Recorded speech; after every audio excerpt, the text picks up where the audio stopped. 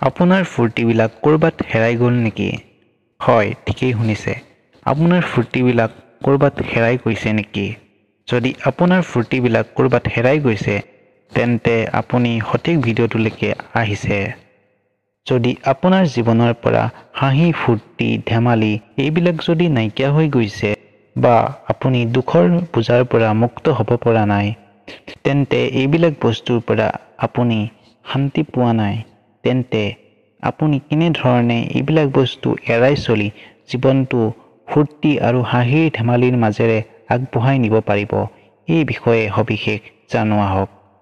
যদি আপোনাৰ জীৱনত হাঁহি, ফূৰ্তি আৰু ধেমালি এইবিলাক অহা নাই, আৰু যদি আপুনি ভাবি আছে যে এইবিলাক মোৰ জীৱনত আহি যাব আৰু কোনোবাৰ ফালৰ পৰা নিজে নিজে এইবিলাক আহি যাব, তেতিয়া হয়তো আপুনি ভুল ভাবি আছে।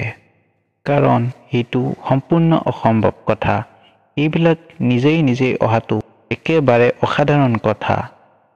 যদি আপুনি ভাবিছে জীৱনত ফূৰ্তি, আনন্দ আৰু বিভিন্ন শান্তিময় পৰিৱেশ বিচাৰে, অৰ্থাৎ আপুনি যিয়ে বিচাৰে এই সকলোবোৰ নিজেই আদৰি আনিব লাগিব, অৰ্থাৎ নিজেই কৰিব লাগিব।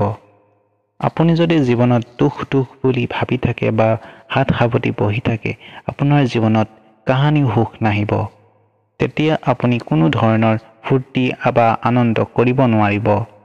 যদি আপুনি দুখবিলাক আওকাণ কৰি ফূৰ্তি বা আনন্দ সন্ধান কৰে, তেতিয়া আপুনি নিশ্চয়কৈ সেইটো লাভ কৰিব আৰু আপোনাৰ জীৱন সম্পূৰ্ণ সুখময় আৰু আনন্দময় হৈ পৰিব। গতিকে জীৱনত দুখ নকৰি নিজৰ কৰ্মৰ দ্বাৰাই জীৱনটো শান্তিপূৰ্ণ আৰু আনন্দময় কৰি তোলক। আজিলৈ ভিডিঅ'টো ইমানেই। যদি ভাল পালে ভিডিঅ'টো লাইক কৰিব আৰু চেনেলটো ছাবস্ক্ৰাইব কৰিব, আমাক আগবাঢ়ি যোৱাত সহায় কৰিব। ধন্যবাদ।